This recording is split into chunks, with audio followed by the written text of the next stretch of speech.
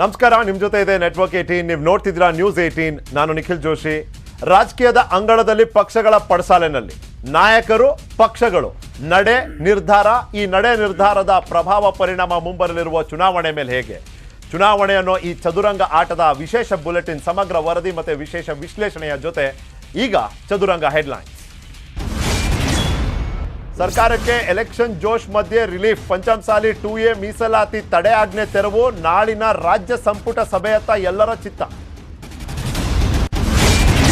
ಕೋಲಾರ ಕೋಲಾಹಲ, ಕಾರ್ಯಕರ್ತರ ಕಿಚ್ಚು. KH ಮುನಿಯಪ್ಪ ಚಿತಾವಣಿ ವಿರುದ್ಧ ಸಿಡಿದ ಸಿದ್ದು ಫ್ಯಾನ್ಸ್. ವರುಣ ಬಹುತೇಕ ಫಿಕ್ಸ್, ಬಾದಾಮಿ ಮೇಲೂ ಮನಸ್ಸು. ಸಿಂಹಾಸನ ಸಂಘರ್ಷಕ್ಕೆ ಬೀಳುತ್ತಾ ತೆರೆ.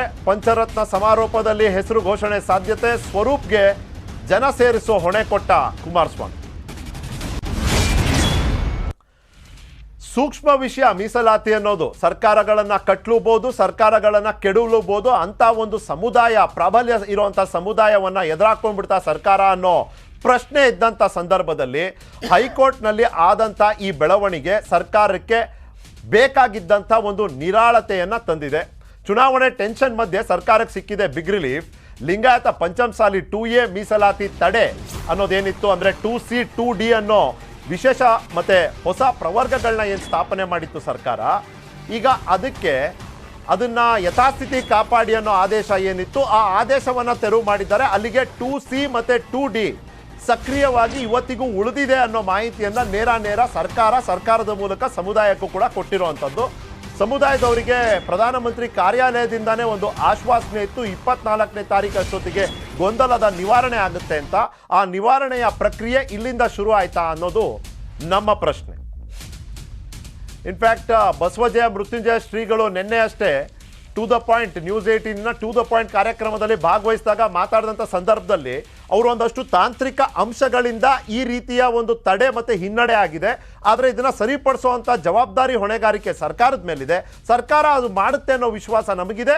ಈ ವಿಶ್ವಾಸ ನಮಗೆ ಮೂಡಿ ಬರ್ತಿರೋದು ಪ್ರಧಾನಮಂತ್ರಿಯ ಕಾರ್ಯಾಲಯದಿಂದ ಅನ್ನೋ ಮಾತನ್ನು ಕೂಡ ಹೇಳಿರ್ತಾರೆ. ಇವತ್ತು ಈ ಬೆಳವಣಿಗೆಯ ನಂತರ ಬಸವಜಯ ಮೃತ್ಯುಂಜಯ ಶ್ರೀಗಳು ಹೇಳಿದಂಥದ್ದು ಕೇಳೋಣ. ನಮ್ಮ ಸಮುದಾಯಕ್ಕೆ ಮೀಸಲಾತಿ ಕೊಡುವಂತೆ ವಿಚಾರದಲ್ಲಿ ಇದ್ದಂತ ಒಂದು ಅಡೆತಡೆಯನ್ನ ರಾಜ್ಯ ಉಚ್ಚ ನ್ಯಾಯಾಲಯ ತೆರವುಗೊಳಿಸಿದೆ ಎನ್ನುವಂಥದ್ದು ನಮಗೆಲ್ಲ ಸಮಾಧಾನ ತಂದಿದೆ ಅನ್ನುವಂತ ಮಾತಾಡಲಿಕ್ಕೆ ನಾಳೆ ದಿವಸ ನಾನು ತಿಳಿಸ್ತೇನೆ. ಯಾಕೆ ನನಗೆ ಸಾಯಂಕಾಲ ಇವತ್ತು ಅವರು ಹೇಳ್ದಂಗೆ ಆದೇಶ ಪತ್ರ ಬರುತ್ತೆ, ನಾಳೆ ಸಾಯಂಕಾಲ ನಾವೆಲ್ಲ ಕೊಡ್ತೀವಿ. ಅದು ಆ ಆದೇಶ ಪತ್ರ ಬರುತ್ತೆ, ಸಾಯಂಕಾಲ 7 ಗಂಟೆ ಸಿಗುತ್ತೆ. ತಹಸೀಲ್ ಕಾಪಿ ಸಿಕ್ಕ ಮೇಲೆ 22ನೇ ತಾರೀಕಿಗೆ ರಾಜ್ಯ ಕಾರ್ಯಕಾರಿಣಿ ಸಭೆಯನ್ನು ಕರೆದುಬಿಟ್ಟು ಕೂಲಂಕುಷ ಪರಿಶೀಲನೆ ಮಾಡಿ ನಮ್ಮ ನಿರ್ಧಾರ ಹೋರಾಟವನ್ನ ಮುಂದುವರಿಸಬೇಕು ಅಥವಾ ತಾತ್ಕಾಲಿಕ ವಿರಾಮಗೊಳಿಸಬೇಕು ಅನ್ನೋದನ್ನ ರಾಜ್ಯದ ಜನತೆಗೆ ಮಾಧ್ಯಮ ಮೂಲಕ ನಾನು ಸಂದೇಶ ಕೊಡ್ತೀನಿ. ನಾಳೆ ನಮ್ಮ ಸಮುದಾಯಕ್ಕೆ ಅನುಕೂಲ ಆಗಬೇಕು. ಓವರ್ ಆಲ್ ನೀವು ನೋಡಿದ್ರೆ ನಮ್ಮ ಮಕ್ಕಳಿಗೆ ಮತ್ತು ನಮ್ಮ ಯುವಕ ಯುವತಿಯರಿಗೆ ಉದ್ಯೋಗ ಸಿಗಬೇಕು, ಉತ್ತಮವಾದ ಶಿಕ್ಷಣ ಸಿಗಬೇಕು. ಆ ನಿಟ್ಟಿನಲ್ಲಿ ಸರ್ಕಾರ ಒಂದು ಹೆಜ್ಜೆಯನ್ನು ಇಟ್ಟಿದೆ ಮುಂದೆ. ಅವ್ರ ಸರ್ಕಾರ 2D ಮತ್ತು 2C ಘೋಷಣೆ ಮಾಡಿದಾಗ ನಾವು ಅದನ್ನು ಸ್ವಾಗತ ಮಾಡಿರಲಿಲ್ಲ, ಅದನ್ನು ತಿರಸ್ಕಾರ ಮಾಡಿರಲಿಲ್ಲ. ಯಾಕಂದರೆ ಅದರಲ್ಲಿ ನಮಗೆ ಸ್ಪಷ್ಟತೆ ಇರಲಿಲ್ಲ. ಹಾಗಾಗಿ ಈಗ ಅದೊಂದು ಸ್ಪಷ್ಟತೆ ಸಿಗುತ್ತೆ ನಾಳೆ. ಎಂದಿನಂತೆ ಎಲೆಕ್ಷನ್ ರೌಂಡ್ ಟೇಬಲ್ನಲ್ಲಿ ಇದನ್ನ ಚರ್ಚೆ ಮಾಡುವಂತಹ ಸಂದರ್ಭ. ನನ್ನ ಜೊತೆ ಇವತ್ತಿದ್ದಾರೆ ಚಿದಾನಂದ್ ಪಟೇಲ್ ಮತ್ತೆ ಮಧು. ನಮಸ್ಕಾರ, ಇಬ್ಬರಿಗೂ ಸ್ವಾಗತ. ಚಿದಾನಂದ್ ಪಟೇಲ್, ಇದು ಒಂದು ರೀತಿಯಲ್ಲಿ ಗೇಮ್ ಚೇಂಜರ್ ಆಗುವಂತ ಸಾಧ್ಯತೆ ಇದೆ. ಗೇಮ್ ಚೇಂಜರ್ ಅಂದ್ರೆ ಗೆಲ್ಸೇ ಬಿಡುತ್ತೆ ಅನ್ನೋದಲ್ಲ, ಇಲ್ಲಿವರೆಗೂ ಏನು ಡ್ಯಾಮೇಜ್ ಆಗ್ಬೋದಾಗಿತ್ತು ಅನ್ನೋ ಆತಂಕ ಇತ್ತು. ಆ ಡ್ಯಾಮೇಜಿನ ತೀವ್ರತೆಯನ್ನ ಕಡಿಮೆ ಮಾಡೋದಕ್ಕೆ ಈ ಬೆಳವಣಿಗೆ ಎಷ್ಟು ಸಹಾಯಕ ಅಂತೀರಿ?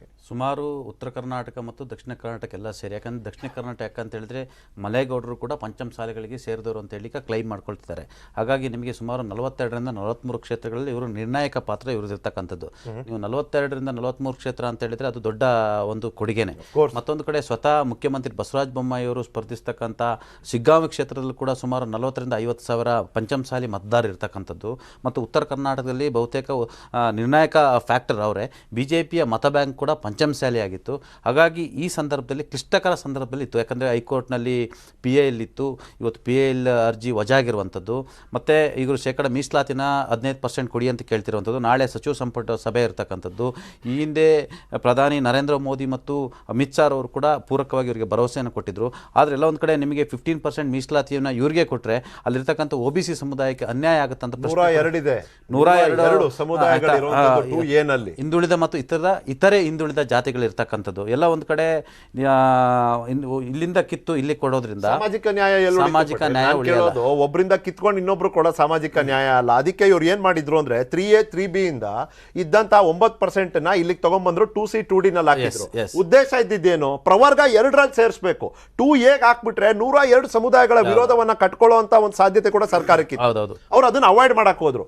ಕ್ಯಾಟಗರಿ 2 ನಲ್ಲಿ ತಂದು ಬಿಟ್ರೆ ಈ ಬೇಡಿಕೆಯನ್ನ ಈಡೇರಿಸಬಹುದಾ ಅನ್ನೋ ಆ ತಾಂತ್ರಿಕ ಅಂಶವನ್ನ ಇನ್ನೂ ಪರಿಶೀಲನೆಯ ಒಂದು ಹಂತದಲ್ಲಿದೆ ಅಂತದ್ದು. ಕ್ಯಾಟಗರಿ 2 ನಲ್ಲಿ ಬಂದುಬಿಟ್ರೆ ಅವರಿಗೆ ಶೈಕ್ಷಣಿಕ ಔದ್ಯೋಗಿಕ ಮೀಸಲಾತಿ ಸಿಗತ್ತೆ ಅನ್ನೋ ಭರವಸೆ. ಆದರೆ ಈ ಭರವಸೆಗೆ ಒಂದಷ್ಟು ತಾಂತ್ರಿಕಾಂಶ ಮತ್ತೆ ಅದು ಕಾನೂನಾತ್ಮಕ ಸಂವಿಧಾನಾತ್ಮಕ ಬೆಂಬಲ ಕೂಡ ಬೇಕಾಗ್ತದೆ. ಆದರೆ ಇವತ್ತಿಗೆ ಕೇವಲ ರಾಜಕೀಯವಾಗಿ ಮಾತಾಡೋದಾದ್ರೆ ಮಧು, ರಾಜಕೀಯವಾಗಿ ಏನು ನಾಳೆ ಏನು ಕ್ಯಾಬಿನೆಟ್ ಸಭೆ ಇದೆ, ಆ ಸಭೆಯಲ್ಲಿ ಏನು ನಿರೀಕ್ಷೆ ಮಾಡ್ತಾ ಇದ್ದಾರೆ ಸಮುದಾಯ, ನಾವು ಇಲ್ಲಿ ರಾಜ್ಯ ಸರ್ಕಾರ ರಾಜ್ಯ ನಾಯಕತ್ವ ಎಲ್ಲ ಏನು ಮುಖ್ಯಮಂತ್ರಿ ಅವರು ಕೂಡ ತಾಯಿ ಮೇಲೆ ಆಣೆ ಮಾಡಿ ಅವರು ಮಾತನ್ನು ತಪ್ಪಿದ್ದಾರೆ ಅಂತ ಏನು ಪದೇ ಪದೇ ಮಾತನಾಡ್ತಾ ಇದ್ರು ಶ್ರೀಗಳು ಬಸವಜಯ ಮೃತ್ಯುಂಜಯ. ಸೊ ಈ ಹಿನ್ನೆಲೆಯಲ್ಲಿ ನಾಳಿನ ಕ್ಯಾಬಿನೆಟ್ ಸಭೆಯಲ್ಲಿ ಏನು ಒಂದು ಘೋಷಣೆ ಹೊರಬಿಡುತ್ತೆ ಅಂತ ನಿರೀಕ್ಷೆ ಇದೆ. ಆ ನಿರೀಕ್ಷೆಗಿದ್ದಂಥ ಒಂದು ಕಾನೂನು ಅಡೆತಡೆ ಇವತ್ತಿನ ಮಟ್ಟಿಗೆ ಸದ್ಯಕ್ಕೆ ತಾತ್ಕಾಲಿಕವಾಗಿ ಏನೋ ಅದು ನಿವಾರಣೆ ಆಗಿದೆ, ಏನು ಸರ್ಕಾರದ ಪರವಾಗಿ ನೋಡೋದಾದ್ರೆ. ಈಗ ನಾಳೆ ಇವ್ರು ಕೇಳ್ತಾ ಇರೋದು 2A ಮೀಸಲಾತಿ ಮತ್ತು ಕೇಂದ್ರದಲ್ಲಿ OBC ನಮಗೆ ಸ್ಟೇಟಸ್ ಬೇಕು ಅನ್ನೋಂಥದ್ದು ಕೇಳ್ತಾ ಇದ್ದಾರೆ. ಆ ಒಂದು ದೂರದೃಷ್ಟಿಯ ಒಂದು ಏನು ಲಾಭ ಸಿಗ್ಲಿಲ್ಲ ಅಂದ್ರೂ ಸದ್ಯಕ್ಕೆ ಏನು ಎಲೆಕ್ಷನ್ಗೆ ಪೂರಕವಾಗಿ BJP ಸರ್ಕಾರ 2D ಮತ್ತು 2C ಅಂತ ಏನು ಒಕ್ಕಲಿಗ ಮತ್ತು ಇದು ಏನು ಲಿಂಗಾಯತ ಪಂಚಮಸಾಲಿ ಎರಡನ್ನೂ ಪರಿಗಣಿಸಿ ಏನು ಒಂದು ಹೆಜ್ಜೆಯನ್ನು ಇಟ್ಟಿತ್ತು, ಆ ಒಂದು ಹೆಜ್ಜೆಗೆ ಇಟ್ಟಿದ್ದಂಥ ಒಂದು ತಾಂತ್ರಿಕ ದೋಷ ಏನಿತ್ತು ಅಥವಾ ಸವಾಲು ಏನಿತ್ತು ಅದು ಸದ್ಯಕ್ಕೆ ನಿವಾರಣೆ ಆಗಿದೆ. ಈ ಮೂಲಕ ಹತ್ತತ್ರ ಒಂದು 90 ಲಕ್ಷ ಇರುವಂಥ ಏನು 50 ಕ್ಷೇತ್ರಗಳಲ್ಲಿ ನಿರ್ಣಾಯಕ ಪಾತ್ರ ವಹಿಸುವಂಥ ಪಂಚಮಸಾಲಿ ವೋಟಿಂಗು ಕಂಪ್ಲೀಟ್ ಆಗಿ ಸ್ವಿಂಗ್ ಆಗಲಿಕ್ಕೆ ಬೇಜಾರಿದೆ. ಇಷ್ಟು ದಿವಸ ಕಾಯ್ಸಿದ್ರು ಅಥವಾ ಏನೋ ನಿನ್ನೆ ಕೂಡ ಶ್ರೀಗಳು ಹೇಳಿದ್ರು ಹಬ್ಬನ ಮಠದಲ್ಲಿ ಯುಗಾದಿ ಹಬ್ಬವನ್ನು ಮಾಡ್ತಾ ಇದ್ವಿ, ಈಗ ತಂದು ಬೀದಿನಲ್ಲಿ ಫ್ರೀಡಮ್ ಪಾರ್ಕಲ್ಲಿ ಮಾಡೋ ರೀತಿ ಮಾಡಿದ್ರು ಬೊಮ್ಮಾಯಿ ಅವರು ಅಂತ. ಆ ಒಂದು ಬೇಜಾರಿನ ತೀವ್ರತೆ ಸಂಪೂರ್ಣವಾಗಿ ಎಲೆಕ್ಷನ್ ಮೇಲೆ ಆಗದೆ ಇರೋ ರೀತಿ ಒಂದು ರಕ್ಷಾ ಕವಚವಾಗಿ ಇದು ರಾಜಕೀಯವಾಗಿ ಅನುಕೂಲ ಆಗುತ್ತೆ. ಮತ್ತು ಪ್ರತಿಪಕ್ಷ ಕಾಂಗ್ರೆಸ್ ಏನು ಅವಕಾಶವನ್ನು ಬಯಸ್ತಾ ಇತ್ತು, ನಿರೀಕ್ಷೆ ಮಾಡ್ತಾ ಇತ್ತು, ಈಗ ಮೊನ್ನೆ ಬಾಲಚಂದ್ರ ಜಾರಕಿಹೊಳಿ ಅರಬಾವಿನಲ್ಲಿ ಒಂದು ಮತಬೇಟೆಯನ್ನು ಮಾಡ್ತಾ ಬಹಿರಂಗ ವೇದಿಕೆಯಲ್ಲಿ ಮಾತನಾಡ್ತಾರೆ. ಏನೇ ಭರವಸೆ ಕೊಡ್ಬೋದು ಯಾರಾದರೂ, ಆದರೆ ಏಕೈಕ ಅವಕಾಶ ಇರುವಂಥ ಲಿಂಗಾಯತ ನಾಯಕತ್ವಕ್ಕೆ, ಲಿಂಗಾಯತ CM ಆಗುವಂಥ ಅವಕಾಶ ಇರುವಂಥದ್ದು BJP ಪಕ್ಷಕ್ಕೆ. ನಿಮ್ಮ ಮತಗಳನ್ನು ಬೇರೆಯವರ ಚಿತಾವಣೆಗೆ ಒಳಗಾಗಿ ನಿಮ್ಮ ಮತಗಳನ್ನು ವಿಭಜನೆ ಆಗೋ ಮೂಲಕ ಏನು ನಿಮಗೆ ಸಿಗುವಂಥ ಲಾಭವನ್ನು ಕಳ್ಕೊಬೇಡಿ ಅನ್ನುವಂಥ ಸಂದೇಶವನ್ನು ಕೊಟ್ಟಿದ್ರು. ಅಂದರೆ ನಾನು ಯಾಕೆ ಇದನ್ನು ಪ್ರಸ್ತಾಪ ಮಾಡಿದೆ ಅಂದರೆ, ಬಾಲಚಂದ್ರ ಜಾರಕಿಹೊಳಿ ಅಂತವರು ಒಬ್ಬ ಸಾಮಾನ್ಯ ಶಾಸಕನಿಗೂ ಇದರ ಅನಿವಾರ್ಯತೆ ಇದೆ ಮತ್ತು ಆ್ಯಸ್ ಎ ಪಾರ್ಟಿ BJPಗೆ ಅನಿವಾರ್ಯತೆ ಇದೆ. ಮತ್ತು ಒಂದು ಮೋದಿಗೆ ಮುಂದಿನ 24ರ ಚುನಾವಣೆಯ ದೃಷ್ಟಿಯಿಂದಲೂ ಕೂಡ ರಾಷ್ಟ್ರ ಮಟ್ಟದ ನಾಯಕರು, ರಾಜ್ಯ ಮಟ್ಟದ ನಾಯಕರು ಮತ್ತು ಬೊಮ್ಮಾಯಿ ಖುದ್ದು ಪಟೇಲ್ ಹೇಳಿದಂಗೆ ಬೊಮ್ಮಾಯಿ ಅವ್ರಿಗೆ ಶಿಗ್ಗಾವಿ ಕ್ಷೇತ್ರದಲ್ಲಿ ಗೆಲ್ಲಬೇಕು ಅಂದ್ರೆ ವಿನಯ್ ಕುಲಕರ್ಣಿ ಅವರ ಹೆಸರು ದೊಡ್ಡದಾಗಿ ಪ್ರಸ್ತಾಪ ಆಗ್ತಾ ಇದೆ ಮತ್ತು ಸಿಕ್ಕಾಪಟ್ಟೆ ಅಸುರಕ್ಷತೆ ಇದೆ. ಪಂಚಮಸಾಲಿ ಕೂಡ ಇಷ್ಟೆಲ್ಲ ಏನು ಒತ್ತಡಗಳಿರುವಾಗ ಈ ಪಂಚಮಸಾಲಿ ನಿರ್ಣಾಯಕ ಮತ ಬ್ಯಾಂಕ್ ತುಂಬಾ ಕ್ಷೇತ್ರಗಳಲ್ಲಿರೋದ್ರಿಂದ ರಾಜಕೀಯವಾಗಿ ಸದ್ಯಕ್ಕೆ ರಕ್ಷಾ ಕವಚ ಅಂತೂ ಕಾಣಿಸ್ತಾ ಇದೆ. ಆದ್ರೆ ಅದನ್ನ ಸಂಪೂರ್ಣವಾಗಿ ಕನ್ವಿನ್ಸಿಂಗ್ ಆಗುತ್ತಾ ಏನು ಈ ಎರಡೂ ಪೀಠ ಇರೋದ್ರಿಂದ ಈಗ ಅವರು 2D ಕೊಡ್ಬೋದು. ಈಗ 15% ನಾಳೆ ಏನಾದರೂ ಸಚಿವ ಸಂಪುಟದಲ್ಲಿ ಕಳಿಸಿದ್ರು ಕೂಡ ಅದಕ್ಕೆ ಇನ್ನೂ ಕಾನೂನಿನ ತೊಡಕುಗಳು ಇದ್ದೇ ಇದೆ. ಆಯ್ತಾ, ಮುಂದೆ ಯಾರಾದರೂ ಸುಪ್ರೀಂ ಕೋರ್ಟ್ಗೆ ಹೋಗ್ಬೋದು ಬೇಕಾದ್ರೆ PI, ಯಾಕಂತ ಹೇಳಿದ್ರೆ 102 ಜಾತಿಗಳು ಬರ್ತವೆ ಅಂತ ಹೇಳಿದ್ರು. ಇದು ಒಂದು ಭಾಗ. ಮತ್ತೊಂದು ಕಡೆ ಈ ಕ್ರೈಸಿಸ್ ಇದೆಯಲ್ಲ, ಕಾಂಗ್ರೆಸ್ಸಿಗೆ ಅನುಕೂಲ ಆಯಿತು. ಇಷ್ಟೆಲ್ಲ ನೋವು ಮಾಡಿ ಇಷ್ಟೆಲ್ಲ ಅಯ್ಯೋ ಅನ್ಕೊಂಡು ಈಗ ಕೊಟ್ಟರು, ಇವರು ಎಲೆಕ್ಷನ್ ಟೈಮಲ್ಲಿ ಕೊಟ್ಟರು. ಅದರ ಅರಿವಿರೋದ್ರಿಂದಾನೇ ಪಟೇಲ್ರೆ ಏನಂದ್ರೆ ಸಂಪೂರ್ಣವಾಗಿ ಆ ನೋವು ಎನ್ಕ್ಯಾಶ್ ಆಗ್ಬಿಟ್ರೆ ಕಾಂಗ್ರೆಸ್ಗೆ ಅನ್ನೋ ಭಯದಲ್ಲಿ ಅಟ್ಲೀಸ್ಟ್ ಒಂದಷ್ಟು ಪ್ರೋಗ್ರೆಸ್ ಅನ್ನ ನಾವು ಮಾಡ್ತಾ ಇದೀವಿ, ನಮ್ಮ ಕಡೆಯಿಂದ ಕೈಲಾದಂತ ಎಲ್ಲಾ ಪ್ರಯತ್ನಗಳನ್ನ ಸಮುದಾಯದ ಒಂದು ನಿರೀಕ್ಷೆಗಳಿಗೆ ಬೇಡಿಕೆಗಳಿಗೆ ಸ್ಪಂದಿಸೋ ನಿಟ್ಟಿನಲ್ಲಿ ಪ್ರಾಮಾಣಿಕ ಪ್ರಯತ್ನವನ್ನ ಮಾಡ್ತಾ ಇದೀವಿ. ಮತ್ತು ನೀವೇನ್ ಹೇಳಿದ್ರಿ, ರಾಜ್ಯವನ್ನ ಮೀರಿ ರಾಜ್ಯ ನಾಯಕತ್ವವನ್ನು ಮೀರಿ ನಾವು PMO ವರೆಗೆ ಟಚ್ ಮಾಡಿದೀವಿ ಅಂತ ಯತ್ನಾಳ್ ಅವರು ಕೂಡ ಮಾತಾಡ್ತಾ ಇದ್ರು, ಮತ್ತೆ ಶ್ರೀಗಳು ಕೂಡ ಮಾತಾಡ್ತಾ ಇದ್ರು. ಇಲ್ಲಿಗಿಂತ ಹೆಚ್ಚಾಗಿ ಮೋದಿ ಅವರ ನಾಯಕತ್ವದಲ್ಲಿ ಅಥವಾ ಕೇಂದ್ರ BJP ಇವರ ಒಂದು ಸಮಸ್ಯೆಯನ್ನ ಸೀರಿಯಸ್ ಆಗಿ ಪರಿಗಣಿಸಿದೆ. ಈ ಮೂಲಕ ಒಂದು ಅವಕಾಶವನ್ನ ಒಂದಷ್ಟು ಸಮಯಾವಕಾಶವನ್ನ ಇನ್ನಷ್ಟು ಕೊಡಿ ಅನ್ನುವಂಥ ಒಂದು ಮೆಸೇಜ್ ಅನ್ನ ಕೇಳಲಿಕ್ಕೆ, ಆ ಒಂದು ಸಮಯಾವಕಾಶವನ್ನ ಬೈ ಮಾಡಲಿಕ್ಕೆ ಇದನ್ನ ವೇದಿಕೆಯಾಗಿ ರಕ್ಷಾ ಕವಚ ಬಳಸ್ಕೊಬಹುದು. ಆಕ್ಚುಲಿ ವೇದಿಕೆ ಆಗೋದು ಜಯಪ್ರಕಾಶ್ ಹೆಗಡೆ ಅವರು ಕೊಟ್ಟಂತ ವರದಿ. ಪೂರ್ಣ ಪ್ರಮಾಣದಲ್ಲಿ ಅಧ್ಯಯನ ನಡೆಸಿ ಹಲವಾರು ಜಿಲ್ಲೆಗಳು, ಆ ಜಿಲ್ಲೆಗಳಲ್ಲಿ ನಿವಾಸಿಗಳಾಗಿರುವಂತಹ ಪಂಚಮಸಾಲಿಗಳು, ಅವರ ಸ್ಥಿತಿಗತಿ. ನೀವು ಐತಿಹಾಸಿಕವಾಗಿ ನೋಡೋದಾದ್ರೆ ಪಂಚಮಸಾಲಿ ಆಕ್ಚುಲಿ ಒಂದು ಲ್ಯಾಂಡ್ ಹೋಲ್ಡಿಂಗ್ ಕಮ್ಯುನಿಟಿ. ಇವರು ಕೃಷಿನಲ್ಲಿ ನಿರತರಿರ್ತಾರೆ, ಮತ್ತೆ ಇವರು ಜಮೀನು ಒಡೆತನ ಇರುವಂತವ್ರು. ಇವರು ಅಂದ್ರೆ ಯಾವ ಪ್ರಮಾಣದಲ್ಲಿದೆ ಇದು? ಭೂಮಿ ಓನರ್ಗಳು ಎಷ್ಟು ಜನ ಇದ್ದಾರೆ, ಪರ್ಸೆಂಟೇಜ್ ಶೇಕಡಾವಾರು ನೋಡೋದಾದ್ರೆ ಇದು ಅಧ್ಯಯನದ ಮೂಲಕ ಅದೇ ಗೊತ್ತಾಗಬೇಕು. ಈಗ ನೋಡಿ ದೊಡ್ಡ ಚರ್ಚೆ ಆಗ್ತಾ ಇರೋದು, ನೀವು ಪಂಚಮಸಾಲಿಗಳ ಮೂಲಕ ಯಾಕೆ ಭೂ ಮಾಲೀಕರು ಭೂ ಒಡೆಯರು ಅಂತಾನೆ ನೋಡ್ತೀರಾ? ನೀವು 56 ಇಂದ 60ರ ದಶಕದಿಂದ ಆಚೆಗೆ ಅದೇ ಮನಸ್ಥಿತಿಯಲ್ಲಿ ಹಾಕಿರ್ತಾರೆ. ಈಗ ಡಿವೈಡ್ ಆಗಿದೆ, ಏನು ಕುಟುಂಬಗಳು ಆವಾಗಿದ್ದ ಸಂಖ್ಯೆಗೂ ಕೂಡ ಜನಸಂಖ್ಯೆಗೂ ಇವಾಗಿದ್ದ ಜನಸಂಖ್ಯೆಗೂ ದೊಡ್ಡದಾಗಿದೆ. ಏನು ಒಂದು ಫ್ಯಾಮಿಲಿ ಇರುತ್ತೆ, ಅದು ಎಷ್ಟು ಪರ್ಸೆಂಟ್ ಇರುತ್ತೆ? ಅಂತ ಒಂದು ಭೂ ಒಡೆತನ ಇದ್ದಿದ್ರೆ ಕೃಷಿಯಲ್ಲಿ ಸಾಕಷ್ಟು ಏನು ನಿಮಗೆ ಅವಕಾಶ ಇದ್ದಿದ್ರೆ ಯಾಕೆ ಶೈಕ್ಷಣಿಕ ಕ್ಷೇತ್ರದಲ್ಲೂ ಕೂಡ ಅವರು ಹೈಯೆಸ್ಟ್ ಇದ್ದಾರೆ, ಬಹಳಷ್ಟು ಇನ್ಸ್ಟಿಟ್ಯೂಷನ್ಗಳಿದ್ದಾರೆ. ಆದರೆ ನಿಮಗೆ ಒಬ್ಬರಿಗೆ ಮೀಸಲಾತಿ ಕೊಡೋದ್ರಿಂದ ಇನ್ನು ಉಳಿದ 102 ಜನ ತೊಂದರೆ ಆಗುತ್ತೆ ಅನ್ನೋದು ಪ್ರಶ್ನೆ ಇಲ್ಲಿ.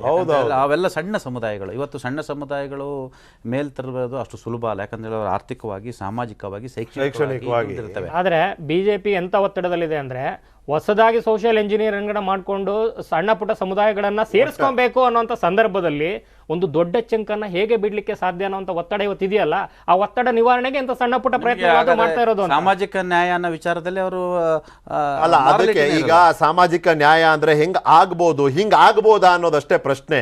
ಈಗ 3A 3B ಇಂದ ನೀವು ಏನು ಆ ಶೇಕಡಾವಾರು ಒಂದು 4, 5, 9% ನೀವು ತಂದಿದ್ದೀರಿ ಕ್ಯಾಟಗರಿ 2ಗೆ, 2C 2D ನಲ್ಲಿ ಹಂಚಿದ್ದೀರಿ. ನೀವು 2C ನ 2A ಜೊತೆ ಸೇರಿಸಿ, 2B ನ 2D ಜೊತೆ ಸೇರಿಸಿ ಪ್ರಮಾಣ ಕೂಡ ಹೆಚ್ಚಳ ಮಾಡ್ತಿದ್ದೀರಿ. ಅಟ್ ದ ಸೇಮ್ ಟೈಮ್ ಜನನ್ ಕೂಡ ಕರ್ಕೊಂಡ್ ಬರ್ತಿದ್ದೀರಿ. ಇವಾಗ ಹೆಂಗಾಯ್ತು ಅಂದ್ರೆ ಪಟೇಲ್ಜಿ, 10 ಸೀಟ್ ಇರೋದು, 10 ಸೀಟ್ಗೆ ಇವಾಗ ಆಗ್ಲೇ ಒಂದು 11 ಜನ ಇದ್ದಾರೆ. ನೀವು ಇನ್ನೂ 5 ಜನ ತಗೊಂಬಂದು ಸೇರಿಸಿದ್ರೆ ಅದೇಂಗೆ ಸಾಧ್ಯ? ಅವಾಗ ಸಾಮಾಜಿಕ ನ್ಯಾಯ ಅನ್ನೋ ವ್ಯಾಖ್ಯಾನದ ವಿರುದ್ಧವಾದಂಥ ಒಂದು ನಡೆ ಆಗುತ್ತೆ. 3A 3B ನ ರದ್ದು ಮಾಡಿ ಅದರಲ್ಲಿ ಇರುವಂಥ ಪರ್ಸೆಂಟೇಜನ್ನು, ರಿಸರ್ವೇಷನ್ ಪರ್ಸೆಂಟೇಜನ್ನು 2A 2Bಗೆ ಸೇರಿಸಿ 2C 2D ಮೂಲಕ ಸೇರಿಸಿದ್ದೇ ಆದರೆ ಇವರ ಬೇಡಿಕೆಯನ್ನು ಪೂರ್ಣ ಪ್ರಮಾಣದಲ್ಲಿ ಈಡೇರಿಸಿದಂಗೆ ಆಗುತ್ತೆ. ಇವರು ಕೇಳ್ತಿರೋದು ಬಹಳ ಸ್ಪಷ್ಟವಾಗಿ 2A. ಆ 2Aಗೆ ಪರ್ಯಾಯವಾಗಿ ನಾವು 2C ಅಂತ ನೋಡಬೇಕು ಅಥವಾ 2D ಅಂತ ನೋಡಬೇಕು ಅಂದ್ರೆ similar privileges, similar reservation facility ಸಿಗತ್ತಾ ಅನ್ನೋ ಪ್ರಶ್ನೆಗೆ ಉತ್ತರ ಕೊಡಬೇಕಾಗುತ್ತೆ. ಇವತ್ತು ಸ್ವಲ್ಪ ಯೂಟರ್ ನೋಡಿದರೆ 2Dನೇ ಘೋಷಣೆ ಮಾಡಿ ಅದು ನಮಗೆ ಪರ್ಸೆಂಟೇಜ್ 15% ಅಂತ ಘೋಷಣೆ ಮಾಡಿ ಅಂತಿದ್ದಾರೆ. ಅವ್ರಿಗೆ ಏನಂತ ಹೇಳ್ತಿದ್ದಾರೆ, 2Dನೇ ಇರಲಿ ಬೇಕಾದ್ರೆ, ಆದರೆ ನಮಗೆ ಪ್ರಮಾಣ ನಮಗೆ 15% ಅಂತ ಘೋಷಣೆ ಮಾಡಿ ಅಂತ ಹೇಳ್ತಿದ್ದಾರೆ ಇವರು.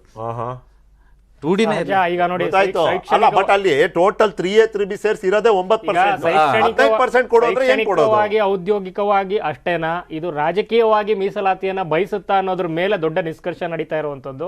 ಈ ಹಿನ್ನೆಲೆಯಲ್ಲಿ ಬೇರೆ ಸಮುದಾಯಗಳಿಗೆ ಏನ್ ಅನ್ಯಾಯ ಆಗುತ್ತೆ ಅನ್ನುವಂತ ಒಂದು ಆತಂಕ ಪಕ್ಷಕ್ಕೂ ಇದೆ, ಸರ್ಕಾರಕ್ಕೂ ಇದೆ, ಮತ್ತು 3 ಪಕ್ಷಗಳಿಗೂ ಅಂದ್ರೆ ಸವಾಲು. ಯಾವುದೇ ಪಕ್ಷ ಇದನ್ನು ತಗೊಂಡ್ರು ಕೂಡ ಇದು ಎಂಡ್ ರಿಸಲ್ಟ್ ಇಂಥದ್ದೇ ಒಂದು ದೊಡ್ಡ ಸವಾಲಲ್ಲೇ ಇವರು ಘೋಷಣೆ ಮಾಡ್ತಾರೆ, ಮುಂದೆ ಯಾವ ಸರ್ಕಾರ ಬರುತ್ತೆ ಗೊತ್ತಿಲ್ಲ, ಜಾರಿ ಮಾಡೋರಿಗೆ ಬಿಸಿ ತುಪ್ಪ ಆಗ್ಬಿಡುತ್ತಿದ್ದು. ಅಲ್ಲಿಗೆ ಅದನ್ನು ಬಿಡೋಣ. ಇದು ಇನ್ನೂ ಸಾಕಷ್ಟು ಬೆಳವಣಿಗೆಗಳು ಕಾಣೋತಿದೆ. ಕಾನೂನಾತ್ಮಕವಾಗಿ, ಸಂವಿಧಾನಾತ್ಮಕವಾಗಿ ಈ ವಿಷಯದಲ್ಲಿ ನಮಗೆ ಇನ್ನಷ್ಟು ಸ್ಪಷ್ಟನೆ ಬೇಕಾಗಿದೆ. 2C 2D ಇವತ್ತಿಗೆ ಅದರ ಸಿಂಧುತ್ವವನ್ನು ಎತ್ತಿಡಿದಿದೆ ಅನ್ನೋದಾದರೆ ಅದರ ಪ್ರಮಾಣ ಏನು, ಮತ್ತು 2Aಗೆ ಸಿಗುವಂಥ ಅನುಕೂಲಗಳು, ಆ ಮೀಸಲಾತಿಯ ಅನುಕೂಲಗಳು 2C 2Dಗೂ ಸಿಗುತ್ತಾ? ಹಾಗಾದರೆ ವಿಶೇಷತೆ ಏನು, ವಿಶೇಷತೆ ಇಲ್ಲದೆ ಇದ್ರೆ ಏನು, ಇದನ್ನು ಅದ್ರ ಜೊತೆನೇ ಸೇರಿಸ್ಬೋದಾ? 15+5 ಮಾಡ್ಬೋದಾ? 20% ಮಾಡಿ ಪಂಚಮಸಾಲಿಗಳನ್ನೂ ಅದರಲ್ಲೇ ಸೇರಿಸೋದ್ರಿಂದ ಅವರಿಗೂ ಅನುಕೂಲ ಪ್ಲಸ್ ಬೇರೆ ಸಮುದಾಯಗಳಿಗೂ ಅನುಕೂಲ ಆಗುವಂಥ ಸಾಧ್ಯತೆ ಇದೆಯಾ ಅನ್ನೋ ಪ್ರಶ್ನೆ ನಮ್ಮ ಮುಂದೆ. ಇನ್ನು ನಾಳೆ ಇವತ್ತು ರಾತ್ರಿನೇ ಕೇಂದ್ರ ಗೃಹ ಸಚಿವರು ಅಮಿತ್ ಶಾ ಅವರು ಬೆಂಗಳೂರಿಗೆ ಬರ್ತಿದ್ದಾರೆ. ನಾಳೆ ಬೆಳಿಗ್ಗೆ BSY ನಿವಾಸಕ್ಕೆ ಕೇಂದ್ರ ಗೃಹ ಸಚಿವರು ಭೇಟಿ ಕೊಡಲಿದ್ದಾರೆ. ಬೆಳಿಗ್ಗೆ 9:30ಕ್ಕೆ ಕಾವೇರಿ ನಿವಾಸಕ್ಕೆ ಭೇಟಿ ಕೊಡಲಿರುವ ಅಮಿತ್ ಶಾ ಅವರು ಮತ್ತೊಂದೆಡೆ ಮಾಜಿ ಸಚಿವರು ರೋಷನ್ ಬೇಗ್ ಇನ್ನೇನೋ ಪಕ್ಷ ಸೇರ್ತಾರೆ ಅನ್ನೋ ಊಹಾಪೋಹದ ಮಾತುಗಳು ಕೂಡ, ಗುಸು ಚರ್ಚೆ ಕೂಡ ಕೇಳಿಬರ್ತಿದೆ. ಅದಾದರೆ ಅದರದೇ ಆದಂಥ ಒಂದಷ್ಟು ಬೆಳವಣಿಗೆಗಳು, ಪರಿಣಾಮಗಳಿರ್ತವೆ. ಯಡಿಯೂರಪ್ಪನವರ ಮನೆಗೆ ಭೇಟಿ ಕೊಡೋದ್ರ ಹಿಂದೆ ಕೂಡ ಇದೆ ರಾಜಕೀಯ ಲೆಕ್ಕಾಚಾರ. ಸದ್ಯದ ಪರಿಸ್ಥಿತಿಯಲ್ಲಿ ಮತ್ತೊಮ್ಮೆ ಲಿಂಗಾಯತ ಮತಗಳನ್ನು ಕ್ರೋಢೀಕರಿಸೋದ್ರಲ್ಲಿ ಯಡಿಯೂರಪ್ಪನವರ ಪಾತ್ರ ಎಂಥದ್ದು ಅನ್ನೋ ತಿಳಿದಿರೋವಂಥ ಕೇಂದ್ರ ನಾಯಕರು ಖಂಡಿತವಾಗಿಯೂ ಯಡಿಯೂರಪ್ಪನವರಿಗೆ ಕೊಡಬೇಕಾದಂಥ ಪ್ರಾಮುಖ್ಯತೆಯನ್ನು ಎಲ್ಲ ರೀತಿಯಲ್ಲೂ ಇತ್ತೀಚಿನ ದಿನಗಳಲ್ಲಿ ಪ್ರತಿಯೊಂದು ಬಾರಿ ಭೇಟಿ ಕೊಟ್ಟಾಗಲೂ ಆ ರೀತಿಯ ಒಂದು ಮಹತ್ವವನ್ನು, ಪ್ರಾಮುಖ್ಯತೆಯನ್ನು ಕೊಡ್ತಿದ್ದಾರೆ. ರೌಂಡ್ ಟೇಬಲ್ನಲ್ಲಿ ಇದ್ರ ಬಗ್ಗೆ ಚರ್ಚೆ. ರೋಷನ್ ಬೇಗಿಂದ ಶುರು ಮಾಡ್ಬೋದಾ? ರೋಷನ್ ಬೇಗ್ BJP ಸೇರ್ಬಿಟ್ರಾ ಅನ್ನೋದು ಪ್ರಶ್ನೆ ಇವಾಗಲ್ಲ. ಅವ್ರು ಯಾವಾಗ IMA ಕೇಸಲ್ಲಿ ಆಲ್ಮೋಸ್ಟ್ ಏನೋ ಖುಲಾಸೆ ಅಂತ ಆಯಿತು ಅವತ್ತಿಂದಾನು ಈ ಚರ್ಚೆ ನಡೀತಾ ಇದೆ. JDSಗೆ ಹೋಗ್ತಾರೆ ಅನ್ನೋದು ಮಾತಿತ್ತು. ಆದರೆ ಅವರು BJPಗೆ ಬರ್ತಾರೆ ಅನ್ನೋದಕ್ಕೆ ಕಾರಣಗಳೇನು ಯಾಕೆ ಕೇಳ್ತೀನಿ. ಇದೇ ಶಿವಾಜಿನಗರ್ನಲ್ಲಿ 2014ರಲ್ಲಿ if I am not wrong ಅಥವಾ 19ರಲ್ಲಿ ಅವರು ಪ್ರಧಾನಿ ಬಗ್ಗೆ ಆಡ್ದಂಥ ಮಾತು, ಬಳಸಿದಂಥ ಭಾಷೆ ಇವತ್ತಿಗೆ ಬಿಜೆಪಿ ಅದನ್ನ ಮರೆತು ಬಿಡುತ್ತಾ ಅಂತ? ಪಟೇಲ್ ಪ್ಲೀಸ್. ಮಾರ್ಚ್ 14ರಂದು ಬಿಜೆಪಿಯ ದೆಹಲಿಯ ಕೇಂದ್ರ ಕಚೇರಿಯಲ್ಲಿ ಸೂಫಿ ಸಂವಾದ ಅಂತೇಳಿ ಮಹಾ ಅಭಿಯಾನ ನಡೀತಾ. ಅದು ಅಲ್ಪಸಂಖ್ಯಾತರ ದೇಶಾದ್ಯಂತ ಇರತಕ್ಕಂಥ ಅಲ್ಪಸಂಖ್ಯಾತ ಸೆಲೆಕ್ಟೆಡ್ ನಾಯಕರಲ್ಲಿ ಇವರು ಕೂಡ ಇನ್ವಿಟೇಷನ್ ಇತ್ತು. ಇವರು ಕೇಸರಿ ಶಾಲ್ ಹಾಕೊಂಡು ಭಾಗವಹಿಸಿದರು. ಮತ್ತೊಂದು ಇದು ಒಂದು ಭಾಗ. ಕಳೆದ ಚುನಾವಣೆಯಲ್ಲಿ ಕೂಡ ಇವರು ಟಿಕೆಟನ್ನು ಆಕಾಂಕ್ಷಿಯಾಗಿದ್ದರು. ಅದು IMA ಕಾರಣಕ್ಕಾಗಿ ಇವರು ಆರೋಪಿಯಾಗಿದ್ದರು, ಜೈಲಲ್ಲಿದ್ದರು. ಈಗಲೂ ಕೂಡ ತನಿಖೆ ನಡೀತಿರುವಂಥದ್ದು. ಇದೇ ಕಾರಣಕ್ಕಾಗಿ ಇವರಿಗೆ ಬೈ ಎಲೆಕ್ಷನ್ಲಿ ರಾಜೀನಾಮೆ, ಬಿಜೆಪಿಗಾಗಿ ರಾಜೀನಾಮೆ ಕೊಟ್ಟು ಬಂದರು. ಆದರೆ ಇವರಿಗೆ ಟಿಕೆಟ್ ಕೊಡಲಿಲ್ಲ, ಶರವಣನವರಿಗೆ ಟಿಕೆಟ್ ಕೊಟ್ಟರು. ಇದು ಎರಡನೇ ಭಾಗ. ಮೂರನೇದಾಗಿ IMA ಪ್ರಕರಣ ವಿಚಾರಣೆ ನಡೀತಿರುವಂಥದ್ದು. ಇದರ ನಡುವೆ ಇವರು ಬಿಜೆಪಿ ಕೂಡ ಶಿವಾಜಿನಗರದಲ್ಲಿ ರಿಜ್ವಾನ್ ಅರ್ಷದ್ ವಿರುದ್ಧ ಸಮರ್ಥ ಅಭ್ಯರ್ಥಿ ಇಲ್ಲ, ಅಲ್ಲಿ ಅಲ್ಪಸಂಖ್ಯಾತ ಅಭ್ಯರ್ಥಿ ಇದ್ದರೆ ಸೂಕ್ತ ಅಂತ ಹೇಳೋದು ಅವ್ರ ಲೆಕ್ಕಾಚಾರ. ಯಾಕಂತೇಳಿದ್ರೆ ಈ ಹಿಂದೆ ಕಟ್ಟಾ ಸುಬ್ರಹ್ಮಣ್ಯ ನಾಯ್ಡಿದ್ರು. ಕಟ್ಟಾ ಸುಬ್ರಹ್ಮಣ್ಯ ನಾಯ್ಡಿದ ಸಂದರ್ಭದಲ್ಲಿ ಜಯನಗರ ಕಾನ್ಸ್ಟಿಟ್ಯೂನ್ಸಿ ಇತ್ತು, ಜಯಮಾಲ್ ಕಾನ್ಸ್ಟಿಟ್ಯೂನ್ಸಿ ಇತ್ತು. ಆಗ ಕಟ್ಟಾ ಸುಬ್ರಹ್ಮಣ್ಯ ನಾಯ್ಡು ಮತ್ತು ರೋಷನ್ ಬೇಗ್ರು ಒಂಥರ ರಾಜಕೀಯವಾಗಿ ಅಣ್ಣ ತಮ್ಮದಿದ್ದಾಗೆ. ನೀನು ನನಗೆ ಹೆಲ್ಪ್ ಮಾಡು, ನಾನು ನಿನಗೆ ಹೆಲ್ಪ್ ಮಾಡ್ತೇನೆ ಅನ್ನೋ ಕಾರಣಕ್ಕಾಗಿ ಇಬ್ಬರು ಗೆಲ್ತ್ಕೊಂಡು ಬರ್ತಿದ್ರು. ಅಲ್ಲಿ ಭಾರತೀಯ ಜನತಾ ಪಕ್ಷ ಅಂತ ನೋಡ್ತಿರಲಿಲ್ಲ, ಕಟ್ಟಾ ಸುಬ್ರಹ್ಮಣ್ಯ ನಾಯ್ಡು ಅಂತ ನೋಡ್ತಾ ಇದ್ರು. ಆದರೆ ಈಗ ಬಿಜೆಪಿ ಕೂಡ ಬೆಂಗಳೂರು ಸಿಟಿಯಲ್ಲಿ ಒಬ್ಬ ಅಲ್ಪಸಂಖ್ಯಾತ ನಾಯಕ ಬೇಕು. ಆದರೆ ಒಂದು ಕಡೆ ಧರ್ಮ ಸಂಕಟ ಇದೆ. IMA ಪ್ರಕರಣ ಈಗ ಅದು ರೋಷನ್ ಬೇಗು ಮತ್ತು ಅವ್ರ ಕುಟುಂಬಕ್ಕೆ ಭಾಳಷ್ಟು ನಷ್ಟ ಉಂಟು ಮಾಡಿರುವಂಥದ್ದು. ಆದರೆ ಈಗ ಅವರು ನನಗೆ ಟಿಕೆಟ್ ಕೊಡಿ, ಇಲ್ಲ ನನ್ನ ಮಗ ರುಮಾನ್ ಬೇಗಾದರೂ ಟಿಕೆಟ್ ಕೊಡಿ ಅಂತ ಬೇಡಿಕೆ ಇಟ್ಟಿದ್ದಾರೆ. ಬಿಜೆಪಿ ಅಲ್ಪಸಂಖ್ಯಾತ ಸಂವಾದ, ಸೂಫಿ ಸಂವಾದ ಕಾರ್ಯಕ್ರಮಕ್ಕೆ ಸ್ವತಃ ಇನ್ವೈಟ್ ಆಗಿದ್ದಾರೆ ಮತ್ತು ಇವತ್ತು ಬಿಜೆಪಿ ಕಚೇರಿಯಲ್ಲಿ ಕೂಡ ಕಾಣಿಸ್ಕೊಂಡಿದ್ದಾರೆ. ಬಹುತೇಕ ಅವರು ಬಿಜೆಪಿ ಬಂದರೂ ಕೂಡ ಅವರು ಅಥವಾ ಅವರ ಪುತ್ರ ಶಿವಾಜಿನಗರದಿಂದ ಅಭ್ಯರ್ಥಿ ಆಗೋ ಸಾಧ್ಯತೆ ಇರುವಂಥದ್ದು. ರೈಟ್. ಅಮಿತ್ ಶಾ ಭೇಟಿ ನಾಳೆ ಬೆಳಿಗ್ಗೆ ಯಡಿಯೂರಪ್ಪನವ್ರ ಮನೆಗೆ. ಹಿಂದಿನ ಬಾರಿ ಅಮಿತ್ ಶಾ ಅವ್ರು ಭೇಟಿ ಕೊಟ್ಟಿದ್ದು ಸೋಮಣ್ಣ ಅವ್ರ ಮನೆಗೆ. ನಾವು ನೆನ್ಪಿಟ್ಕೊಂಡು ಮಾತಾಡಬೇಕು. ಈ ಬಾರಿ ಯಡಿಯೂರಪ್ಪನವ್ರ ಮನೆಗೆ ಬರ್ತಿದ್ದಾರೆ. ಈ ಭೇಟಿಯನ್ನ ನಾವು ಕೇವಲ ಸೌಜನ್ಯತೆ ಅಂತ ನೋಡ್ಲಿಕ್ಕೆ ಆಗೋದಿಲ್ಲ. ಇದರಿಂದ ಕೂಡ ಸಂದೇಶ ಇದೆ ಕಾರ್ಯಕರ್ತರಿಗೆ, ಸಮುದಾಯಕ್ಕೆ, ಪಕ್ಷಕ್ಕೆ. ಸಮುದಾಯಕ್ಕೆ ಸಹಜವಾಗಿ ಕಳೆದ 6 ತಿಂಗಳಿಂದ ಏನಾಗ್ತಾ ಇದೆ ಅನ್ನೋಂಥದ್ದು ಎಲ್ಲರೂ ಕೂಡ ಮಾಧ್ಯಮಗಳನ್ನ ನೋಡ್ತಾ ಇದೀವಿ, ನಾವು ವರದಿ ಮಾಡ್ತಾ ಇದ್ದೀವಿ. ಯಡಿಯೂರಪ್ಪನವರ ಜಪತಪ ಜೋರಾಗಿ ನಡೀತಾ ಇದೆ ಬಿಜೆಪಿನಲ್ಲಿ. ಅದು ಈ ಕ್ಷಣದ ಅನಿವಾರ್ಯತೆ ಕೂಡ ಹೌದು ಪಕ್ಷಕ್ಕೆ.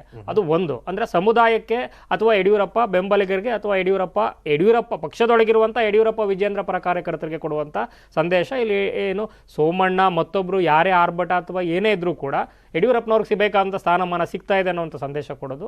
ಇನ್ನೊಂದು, ರಾಜ್ಯದ ಹಲವಾರು ಡಿಸ್ಟ್ರಿಕ್ಟ್ ಯೂನಿಟ್ಗಳಲ್ಲಿ ಪಕ್ಷವನ್ನು ಬಿಡ್ತಾ ಇರುವಂಥವರು ಬಹುತೇಕ 90 ಭಾಗ ಯಡಿಯೂರಪ್ಪನವರು ಬೆಂಬಲಿಗರು. ಚಿಕ್ಕಮಗಳೂರು, ಮತ್ತೆ ನೀವು ಚಿಕ್ಕನಾಯಕನಹಳ್ಳಿ, ಮತ್ತೆ ನೀವು ಏನು ಹಿರೇಕೆರೂರು, ಈ ರೀತಿ ಯಾವುದೇ ಹುಬ್ಳಿ ಧಾರವಾಡ ಯಾವುದೇ ಜಿಲ್ಲಾ ಘಟಕಗಳನ್ನ ತಗೊಳ್ಳಿ, ಬಂಡಾಯ ಎದ್ದಿರುವಂಥದ್ದು, ಬೇಜಾರಾಗಿರುವಂಥದ್ದು, ಮತ್ತೆ ಬಹಿರಂಗವಾಗಿ ಆಕ್ರೋಶ ಅಥವಾ ಟಿಕೆಟ್ಗೆ ಫೈಟ್ ಇರುವಂಥದ್ದು, ಇವೆಲ್ಲವೂ ಕೂಡ ಯಡಿಯೂರಪ್ಪನವರ ಜೊತೆ ಒಂದು ಕಾಲದಲ್ಲಿ KJPಗೆ ಹೋಗಿ ವಾಪಸ್ ಬಂದಿರೋರು ಇರ್ಬೋದು ಅಥವಾ ಪಕ್ಷದಲ್ಲಿದ್ದು ಕೂಡ ಯಡಿಯೂರಪ್ಪನವ್ರ ಜೊತೆಗಿದ್ದಾರೆ. ಸೊ ಈ ಒಂದು ಸಂದರ್ಭದಲ್ಲಿ ಇವರ ಮೂಲಕವೇ ಯಡಿಯೂರಪ್ಪ ಬೆಂಬಲಿಗರಿಗೆ ಯಡಿಯೂರಪ್ಪನವ್ರನ್ನ ಭೇಟಿ ಮಾಡೋ ಮೂಲಕ ಏನು ಮೆಸೇಜನ್ನು ಪಾಸ್ ಮಾಡಿಸ್ಬೇಕಿದೆ, ಅದರ ಅನಿವಾರ್ಯತೆ ಏನಿದೆ ಈ ಕ್ಷಣಕ್ಕೆ. ಯಾಕಂದರೆ ನಾವು ಈಗಾಗಲೇ ಈ ಹಿಂದೆನೂ ಕೂಡ ಡಿಸ್ಕಸ್ ಮಾಡಿರೋ ರೀತಿ 5,000ನೇ ಇರ್ಬೋದು, 3,000ನೇ ಇರ್ಬೋದು, ಆಯಾ ಕಾನ್ಸ್ಟಿಟ್ಯೂನ್ಸಿಗಳಲ್ಲಿ ಅವರ ಬೆಂಬಲಿಗರು ಆ್ಯಡ್ ಮಾಡ್ತೀನಿ. ಯಡಿಯೂರಪ್ಪನವರಿಗೆ ದೊಡ್ಡ ಸಂಕಷ್ಟ ಆಗಿದೆ. KJPಯಲ್ಲಿ ಇವ್ರ ಜೊತೆ ಇದ್ದವರು ಸಂಕಷ್ಟದಲ್ಲಿದ್ದ, ಅದೇ ಕಾರಣ ಬಾರಿ ಟಿಕೆಟ್ ಕೊಡ್ಸಕ್ಕಾಗ್ತಾ ಇಲ್ಲ ನೋಡಿ. ಅದೇ ಸುಮಾರು 30-40 ಜನರು ಯಡಿಯೂರಪ್ಪಗೆ ಭಾರಿ ಅತ್ಯಾಪ್ತರು ಟಿಕೆಟ್ ಕೇಳ್ತಂದ್ರೆ ಯಡಿಯೂರಪ್ಪ ವಾಯ್ಸ್ಲೆಸ್ ಆಗಿದಾರಂತೆ, ನೋಡೋಣಪ್ಪ ಅಂತಿದಾರಂತೆ. ಅಂದ್ರೆ ಒಂದು ಟೀಮ್ ಕಳ್ಕೊಂಡಂಗೆ. ಇದಕ್ಕೆ ಕಾರಣನೂ ಇದೆ. ಈಗ ಒಂದು ಮಗ ಬೇಕು, ಇಲ್ಲ ಬೆಂಬಲಿಗ ಪಡೆಯಬೇಕು. ಈಗ ಅದೇ ಬೆಂಬಲಿಗರ ಶಕ್ತಿ ಮೂಲಕ ಏನು ಮಗಂದು ಡಿಮ್ಯಾಂಡ್ ತಗೊಂಡ್ಬಂದು ಬೆಂಬಲಿಗರದು ಡಿಮ್ಯಾಂಡ್ ತಗೊಂಬ, ಸಮುದಾಯದ್ದು ಡಿಮ್ಯಾಂಡ್ ತಗೊಂಬ, ಹತ್ತದರಿ ಇತ್ತಪ್ಪು. ಈಗ ನಿಮ್ಗೆ ಮಗ ಬೇಕು ಅಥವಾ ನೀವು ಎಲ್ಲರನ್ನೂ ಅಕಾಮಡೇಟ್ ಮಾಡಿ ಅಂದ್ರೆ ಪಕ್ಷ ಹೇಗೆ ಅಕಾಮಡೇಟ್ ಮಾಡುತ್ತೆ? ಸರ್ವೆಗಳ ಆಧಾರದಲ್ಲಿ ನಾವು ಟಿಕೆಟ್ ಹಂಚಿಕೆ ಮಾಡಬೇಕು. ಇದೆಲ್ಲವನ್ನು ಕೂಡ ಯಡಿಯೂರಪ್ಪನವ್ರಿಗೆ ಮನವರಿಕೆ ಮಾಡೋದು ಮತ್ತು ಆ ಮೂಲಕ ಎಷ್ಟು ಸಾಧ್ಯ ಅಷ್ಟು ಡ್ಯಾಮೇಜ್ ಕಂಟ್ರೋಲ್ನ ಮಾಡಿ ಹೊರಗೆ ಹೋಗ್ತಾ ಇರೋವಂಥವ್ರನ್ನ ಹೇಗಾದರೂ ಮಾಡಿ ಉಳಿಸುವಂಥ ಪ್ರಯತ್ನ ನಿಮ್ಮದು. ಈಗ ಬಾಬುರಾವ್ ಚಿಂತನ್ಸೂರ್ ಅವ್ರ ಪ್ರಕರಣನೇ ಆಯಿತು. ನೀವು ಏನೇನೆಲ್ಲ ಕಳೆದ ಸಲ ಪ್ರಯತ್ನಗಳು ಮಾಡಿದ್ರಿ ಗೆಲುವಿಗೆ, ಎಲ್ಲೆಲ್ಲಿಂದ ಯಾರನ್ನ ಕರ್ಕೊಂಡು ಬಂದು ಹೇಗೆಲ್ಲ ಮಾಡಿ ಅದು ಆಪ್ರೇಷನ್ನು ಅಥವಾ ಏನೋ ವೈಬ್ರೇಷನ್ನು ಹೆಂಗೆ ಮಾಡಿದ್ರೆ ನಿಮಗೆ ಬಿಟ್ಟಿದ್ದು, ಆ ರೀತಿ ಈ ಸಲನೂ ಮಾಡಿರೋಂಥ ಒಂದು ಮೆಸೇಜನ್ನು ಅವ್ರಿಗೂ ಕೊಡುವಂಥದ್ದು. ಜೊತೆಗೆ ಪ್ರಮುಖವಾಗಿ ಹಳೆ ಮೈಸೂರಲ್ಲಿ ಈಗ ಸೋಮಣ್ಣ ಪ್ರಕರಣ ಏನು ದೊಡ್ಡದಾಗಿ ಚರ್ಚೆ ಆಗ್ತಾ ಇದೆ, ಸೋಮಣ್ಣ ಅವರು ಕೊಟ್ಟಿದ್ದಾರೆ ಎನ್ನಲ್ಲ ಅದು ದೂರುಗಳೇನಿದೆ, ಅಸಮಾಧಾನಗಳೇನಿದೆ, ಅದಕ್ಕೆ ಯಡಿಯೂರಪ್ಪನವರ ಬಳಿ ಇರುವಂಥ ಕಾರಣಗಳು, ಆ ಸಕಾರಣಗಳು ಅಥವಾ ಬೇಜಾರಾಗಿರುವಂತ ಕಾರಣಗಳು ಅಥವಾ ಸರಿ ಹೋಗಲು ಮಾಡಬೇಕಾಗಿರುವಂತ ಅನಿವಾರ್ಯತೆಗಳು ಅದೆಲ್ಲವನ್ನೂ ಕೂಡ ಚರ್ಚೆ ಮಾಡಿ ಮಾಡ್ತೀನಿ. ನಾಳೆ ಬಹುಶಃ ಅವರ ಪುತ್ರ ವಿಜೇಂದ್ರ ಎಲ್ಲಿ ಕಣಕ್ಕಿಳಿಯೋದು ಅನ್ನೋದ್ ಬಗ್ಗೆ ಚರ್ಚೆ ಆಗೋದು. ಯಾಕಂತ ಹೇಳಿದ್ರೆ ಸಿದ್ದರಾಮಯ್ಯನವ್ರನ್ನ ಅವ್ರು ಕಟ್ಟಿ ಹಾಕ್ಬೇಕಾಗಿದೆ. ಸಿದ್ದರಾಮಯ್ಯನವರೇ ಮಾಸ್ ಲೀಡರ್ ಅಂತ ಅವ್ರಿಗೆ ಗೊತ್ತಾಗಿದೆ.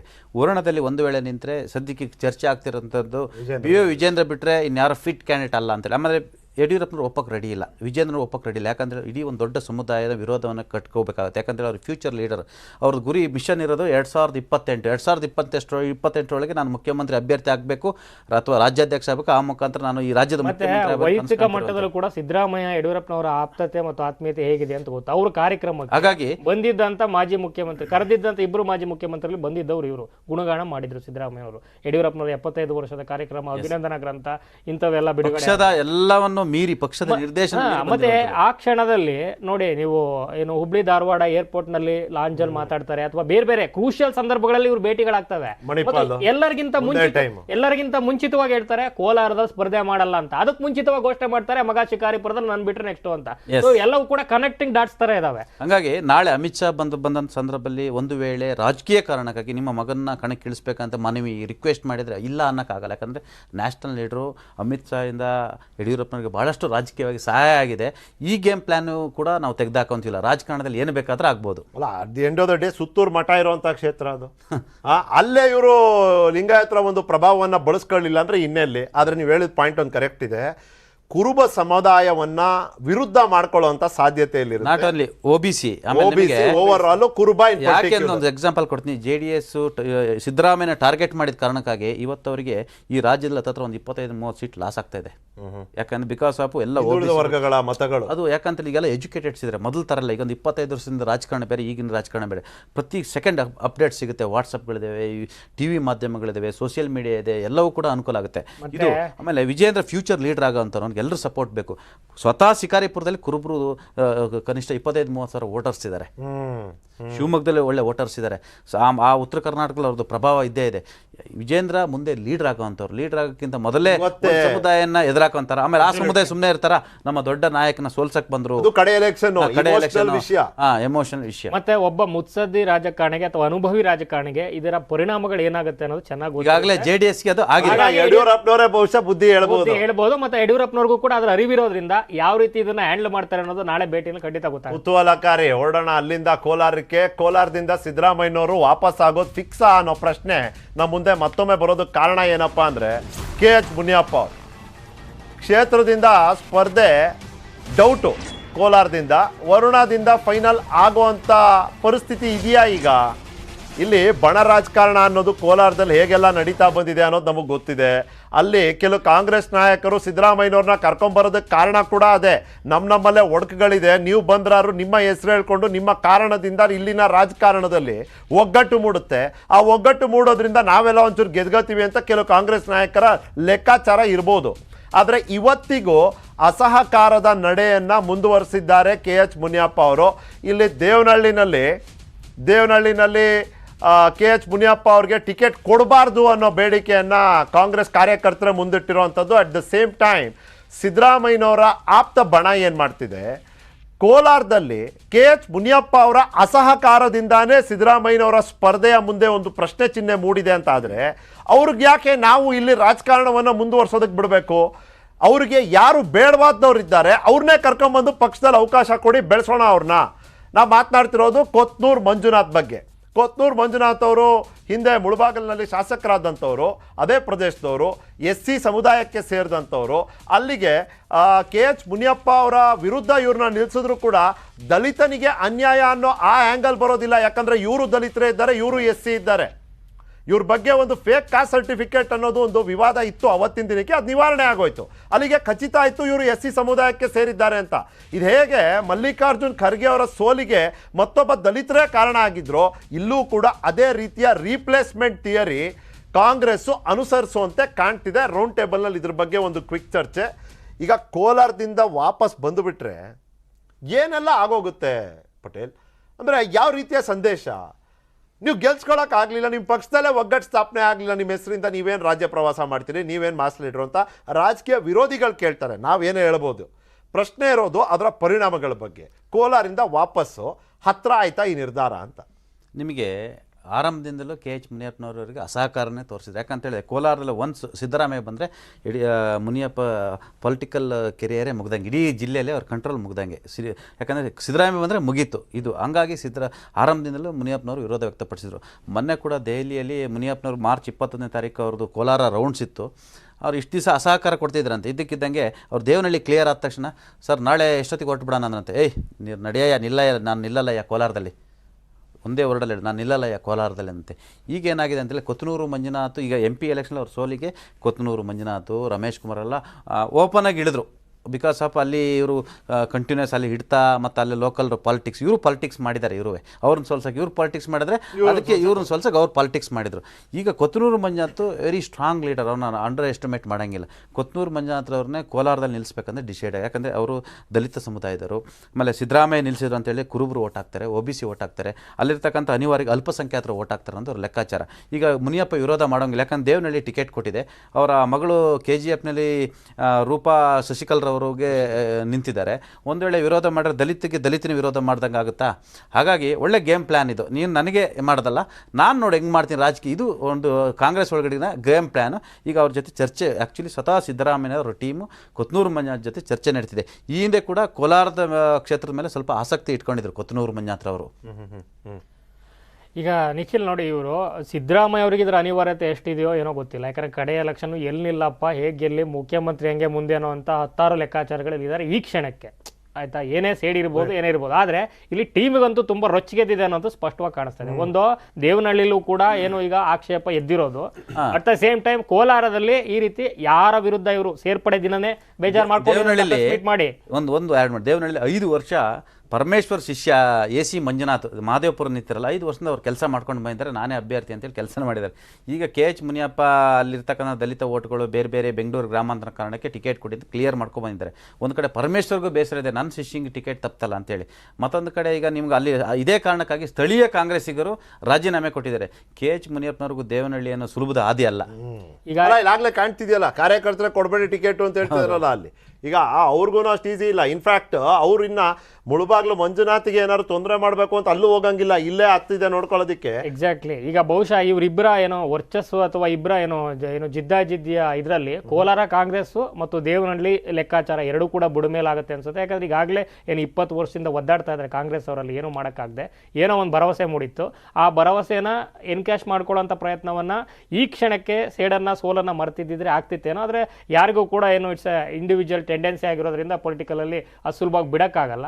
ದೊಡ್ಡ ಸೋಲು ಮತ್ತು ಅಷ್ಟು ವರ್ಷ ಪ್ರತಿನಿಧಿಸಿದಂಥ ಏನು ಭದ್ರಕೋಟೆ ಅಂತ ಕರೆಸ್ಕೊಂಡಿದ್ದಂಥ ಕ್ಷೇತ್ರದಲ್ಲಿ ಹೊಸ ಏನು ಬಹಿರಂಗವಾಗಿ ಸ್ಟೇಟ್ಮೆಂಟ್ಗಳನ್ನು ಕೊಟ್ಟು ರಣತಂತ್ರಗಳನ್ನು ಮಾಡಿ ಸೋಲಿಸ್ತವ್ರನ್ನ ವಾಪಸ್ ಪಕ್ಷಕ್ಕೆ ಕರ್ಕೊಂಡ್ಬಂದಾಗ ಸಹಜವಾಗಿ ಪಕ್ಕದಲ್ಲಿ ಕೂರಿ ಅಂದರೆ ಇರುಸು ಆಗುತ್ತೆ, ಕಿರಿಕಿರಿ ಆಗುತ್ತೆ. ಅದನ್ನು ರಿಫ್ಲೆಕ್ಟ್ ಮಾಡ್ತಾ ಹೋದ್ರು ಮತ್ತು ಜಾಸ್ತಿ ನನ್ನ ಪ್ರಾತಿನಿಧ್ಯ, ನನ್ನ ಆದ್ಯತೆಯನ್ನು ನೀವು ಮನಗಾಣಬೇಕು ಮತ್ತು ಅದನ್ನು ಕೂಡ ಏನು ಎಕ್ಸ್ಪ್ರೆಸ್ ಮಾಡಬೇಕು ಅಂತ ನಿರೀಕ್ಷೆ ಮಾಡಿದ್ರು ಅಂತ ಮುನಿಯಪ್ಪನವರು ಪ್ರತಿ ಕಾರ್ಯಕ್ರಮಗಳಲ್ಲೂ. ನನ್ನನ್ನು ಕರೆದ್ರ, ನನ್ನ ಕೇಳಿ ಮಾಡಿದ್ರ, ಇಂಥ ಮೆಸೇಜ್ಗಳನ್ನೇ ಕೊಡ್ತಾ ಬಂದ್ರು.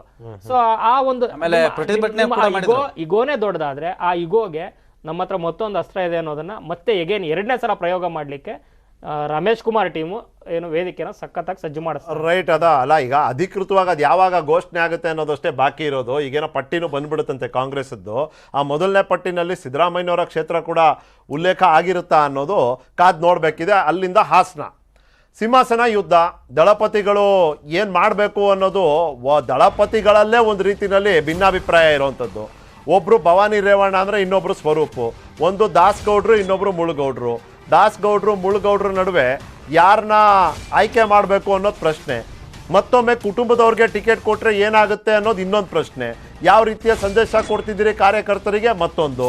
ಇದೆಲ್ಲದರ ನಡುವೆ ಸಮಾರೋಪ ಸಮಾರಂಭ ಪಂಚರತ್ನ ಯಾತ್ರೆದು JDSನ ಭದ್ರಕೋಟೆ ಆದ ಹಾಸನದಲ್ಲೇ ಸ್ಥಳೀಯ ನಾಯಕರಿಗೆ ಕೊಟ್ಟಂಥ ಜವಾಬ್ದಾರಿ ಸೇರಿದಂತೆ ಸ್ವರೂಪ್ಗೂ ಕೊಟ್ಟಿದ್ದಾರೆ. ಸ್ವರೂಪ್ಗೂ ಹೇಳಿದ್ದಾರೆ, ನೀನು ಸಾಕಷ್ಟು ಜನ ಸೇರಿಸಿಯಪ್ಪ ನೀವು, ಅದಾದ ನಂತರ ನಾವು ಟಿಕೆಟ್ ನಿನಗೆ ಕೊಡುವಂಥ ಒಲವಿದೆ ಅನ್ನೋ ಮಾತನ್ನು HD ಕುಮಾರಸ್ವಾಮಿ ಅವರು ಹೇಳಿದರೆ, ರೇವಣ್ಣ ಅವರು ತಮ್ಮ ಆಪ್ತ ವಲಯದಲ್ಲಿ ಹೇಳ್ಕೊಂಡಿದ್ದಾರೆ ಯಾವುದೇ ಕಾರಣಕ್ಕೂ ಸ್ವರೂಪಕ್ಕೆ ಟಿಕೆಟ್ ಇಲ್ಲ, ಭವಾನಿ ಅವ್ರಿಗೇನೆ ಟಿಕೆಟ್ ಅನ್ನೋ ಮಾತನ್ನು ರೇವಣ್ಣ ಅವ್ರು ಹೇಳ್ಕೊಂಡಿದ್ದಾರೆ. ಇಲ್ಲಿ ಸಮಾರೋಪ ಸಮಾರಂಭ ಚಿದಾನಂದ ಪಟೇಲ್ ಇಲ್ಲಿ ನಾವು ಹೆಂಗೆ ನೋಡ್ಬೇಕು ಇದನ್ನು? ಜಾತಿ ಅಂತ ನೋಡಿದ್ರೆ ಒಕ್ಕಲಿಗರೆ, ಉಪಜಾತಿ ಅಂತ ನೋಡಿದ್ರೆ ದಾಸ್ಗೌಡ್ರು ಮುಳುಗೌಡ್ರು. ಇವರು ಮುಳ್ಳು, ಅವ್ರು ದಾಸರು. ಈಗ ದಾಸ್ಗೌಡ್ರ ಸಂಖ್ಯೆ ದೊಡ್ಡದಿದೆ. ಅದರಲ್ಲಿ ಸ್ಟ್ರಾಟಜಿ ಕುಮಾರಸ್ವಾಮಿ ಅವ್ರದ್ದೇನು ಅಂದರೆ, ಇಬ್ಬರು ಅಭ್ಯರ್ಥಿಗಳು ದಾಸ್ಗೌಡ್ರ ಕಮ್ಯುನಿಟಿಯಿಂದ ಬಂದರೆ ವೋಟ್ ಡಿವೈಡ್ ಆಗುತ್ತೆ, ಗೆಲ್ಲೋವಂಥ ಸಾಧ್ಯತೆ ಇರುತ್ತೆ. ಅದ್ರ ಜೊತೆಗೆ ಅಲ್ಪಸಂಖ್ಯಾತ ಮತಗಳಿದೆ, ಬೇರೆ ಬೇರೆ ಲೆಕ್ಕಾಚಾರ ಇದೆ. ಆದರೆ ಭವಾನಿ ಅವರು ಕೊಟ್ಬಿಟ್ರೆ ಅವರು ಮುಳುಗೌಡರು, ದಾಸ್ ಗೌಡ್ರೆಲ್ಲ ಒಂದಾಗುವಂತ ಸಾಧ್ಯತೆ ಇರುತ್ತೆ. ಈ 70,000 ವೋಟ್ಗಳಲ್ಲಿ ಲೆಟ್ಸೆ 60% ವೋಟಿಂಗ್ ಆವರೇಜ್ ಅಂತ ಇಟ್ಕೊಳ್ಳಿ, 42,000 ಜನ ವೋಟ್ ಹಾಕ್ತಾರೆ. ಈ 42,000ದಲ್ಲಿ ಹತ್ರ 25-30 ಸಾವಿರ ಒಂದು ಪಕ್ಷಕ್ಕೆ ಒತ್ಬಿಟ್ರೆ ಸ್ವಾಭಾವಿಕವಾಗಿ ಅದೊಂದು ಅಡ್ವಾಂಟೇಜ್ ಆಗ್ಬಿಡೋದಿಲ್ವಾ? ಖಂಡಿತವಾಗಿ ನಿಮಗೆ ಎಚ್ ಡಿ ಕುಮಾರಸ್ವಾಮಿ ಸುರೂಪ್ ಹೆಸರು ಘೋಷಣೆಯನ್ನು ಮಾಡಿದ್ರು, ಅವ್ರ ಕೆಲಸವನ್ನು ಮಾಡ್ತಾಯಿದ್ರು. ಇದ್ರ ನಡುವೆ ಅತಿಯಾದ ಮಹತ್ವಾಕಾಂಕ್ಷೆ ಅಂತ ಹೇಳ್ತಾರೆ. ಈಗಾಗಲೇ ಒಂದು ಮನೆಯಲ್ಲಿ MLA ಇದ್ದಾರೆ, MLC ಇದ್ದಾರೆ, MP ಇದ್ದಾರೆ. ಅವರ ಭವಾನಿ ಅವರು ಕೂಡ ರಾಜಕೀಯವಾಗಿ ನೀವೊಂದು ಮಾತನ್ನು ಹೇಳಿದ್ರಿ, ಯಾವುದೋ ಜ್ಯೋತಿಷ್ಯ ಶಾಸ್ತ್ರದಲ್ಲಿ ಅವರಿಗೆ 2028 ನಂತರ ರಾಜಯೋಗ ಇದೆ ಅಂತ ಹೇಳಿದ್ರಿ. ಬಹುಶಃ ಅವರು ಜ್ಯೋತಿಷ್ಯ ಶಾಸ್ತ್ರ ನಂಬೋದಲ್ವಾ? ಮನೆಯಲ್ಲಿ ಹೋಮ್ ಮಿನಿಸ್ಟ್ರೇ ಸ್ಟ್ರಾಂಗ್ ಇರೋದು, ಇಲ್ಲಿ ಹೊಳೆನರಸೀಪುರದಲ್ಲಿ HD ರೇವಣ್ಣ ಮೇಲೆ ಹೋಮ್ ಮಿನಿಸ್ಟರ್ ಸ್ಟ್ರಾಂಗ್ ಇರೋದು. ಹಾಗಾಗಿ ಅವರು ಬೇಲೂರು ಅಂತ ಇದ್ದರು, ಈಗ ಇದು ಹಾಸನ ಹತ್ರ ಇದೆ ಅಂತ ಕಾರಣಕ್ಕಾಗಿ ಬೇರೆ ಬೇರೆ ಲೆಕ್ಕಾಚಾರ ಹಾಕಿ ನಿಲ್ಲೋಕೆ ಬಂದರು. ಆದರೆ ಕುಮಾರಸ್ವಾಮಿಯವರು ಪಂಚರತ್ನ ಯಾತ್ರೆ ಇಡೀ ರಾಜ್ಯ ಒಬ್ಬರೇ ಸುತ್ತಾ ಇದ್ದಾರೆ. ಇದೊಂದು ಟೆನ್ಷನ್ ಇದೆಯಲ್ಲ, ಇಷ್ಟು ದಿನದ ಪಂಚರತ್ನ ಯಾತ್ರೆದು ಎಲ್ಲವೂ ಕೂಡ ಮುಗಿಸಾಕ್ಬಿಡುತ್ತೆ. ಯಾಕಂತೇಳಿದ್ರೆ ಜನಕ್ಕೆ ಬೇರೆ ಸಂದೇಶ ಹೋಗುತ್ತೆ. ಇದು ಫ್ಯಾಮಿಲಿ ಪಾಲಿಟಿಕ್ಸ್ ಅಂತೇಳಿ ಈಗಾಗಲೇ BJP ಅವ್ರ ವಿರುದ್ಧ ಹರಿಯಾಯ್ತಾ ಇದೆ. ಇದ್ರ ಬೆನ್ನಲ್ಲೇ ಡ್ಯಾಮೇಜು ಆಗ್ತಿದೆ. ಮತ್ತೊಂದು ಕಡೆ ಎಚ್ ಡಿ ಕುಮಾರಸ್ವಾಮಿಗೆ ಏನು ಆತಂಕ ಅಂತೇಳಿ ಸ್ವರೂಪ್ ಟಿಕೆಟ್ ಕೊಡಲಿಲ್ಲ ಅಂತ ಹೇಳಿದರೆ DK ಶಿವಕುಮಾರ್ ಈಗಾಗಲೇ ಸ್ವರೂಪ್ ಜೊತೆ ಬೇರೆ ಬೇರೆ ಮುಖಾಂತರ ಅವರು ಸಂಪರ್ಕ ಹೊಂದಿದ್ದಾರೆ. ಸ್ವರೂಪ್ ಕರ್ಕೊಂಡು ಬಂದು ಇಲ್ಲಿ ಟಿಕೆಟ್ ಹಾಕಿದರೆ ಏನು ಬೇಕಾದರೂ ಆಗ್ಬೋದು ಗೇಮು. ಇದು ಆತಂಕ ಕೂಡ ಎದುರಾಗಿರುವಂಥದ್ದು. ಹಾಗಾಗಿ ಇಲ್ಲಿ ಸ್ವರೂಪ್ಗೂ ಬೇಡ ಭವಾನಿಗೂ ಬೇಡ ಅಂತೇಳಿ ದೇವೇಗೌಡರು ಏನಾದರೂ ರಾಜೇಗೌಡರಿಗೆ ಕೊಟ್ಟರೆ ಬಹುಶಃ ಅಲ್ಲೂ ಕೂಡ ಬಂಡಾಯ ಇದ್ರೂ ಆಶ್ಚರ್ಯ ಪಡಬೇಕಾಗಿಲ್ಲ. ನೀವು ಈಗ ನೋಡ್ತೀರಿ ಇದನ್ನ, ಅಂದರೆ ಕುಮಾರಸ್ವಾಮಿ ಅವರ ನಾಯಕತ್ವಕ್ಕೆ ಇದೊಂದು ದೊಡ್ಡ ಸವಾಲು. ಮನೆಯಲ್ಲಿರುವಂಥ ಸಮಸ್ಯೆನೇ ಬಗೆಹರಿಸ್ಕೊಳಕ್ ಆಗಲಿಲ್ಲ ಅನ್ನೋ ಪ್ರಶ್ನೆ ಕುಮಾರಸ್ವಾಮಿ ಅವರ ಹೆಸರು ಜೊತೆಯಲ್ಲೇ ಬಂದುಬಿಡುತ್ತೆ. ಹೌದು, ಈಗ ನೋಡಿ, ವೈಯಕ್ತಿಕವಾಗಿ ಸ್ವರೂಪ್ ಅವರು ಕೊಡದೆ ಹೋದರೆ ರಾಜೇಗೌಡರು ಕೊಟ್ಟರು ಕೂಡ ವೈಯಕ್ತಿಕವಾಗಿ ಅದು ಕುಮಾರಸ್ವಾಮಿ ಅವ್ರ ಸೋಲೆ ಆಗುತ್ತೆ.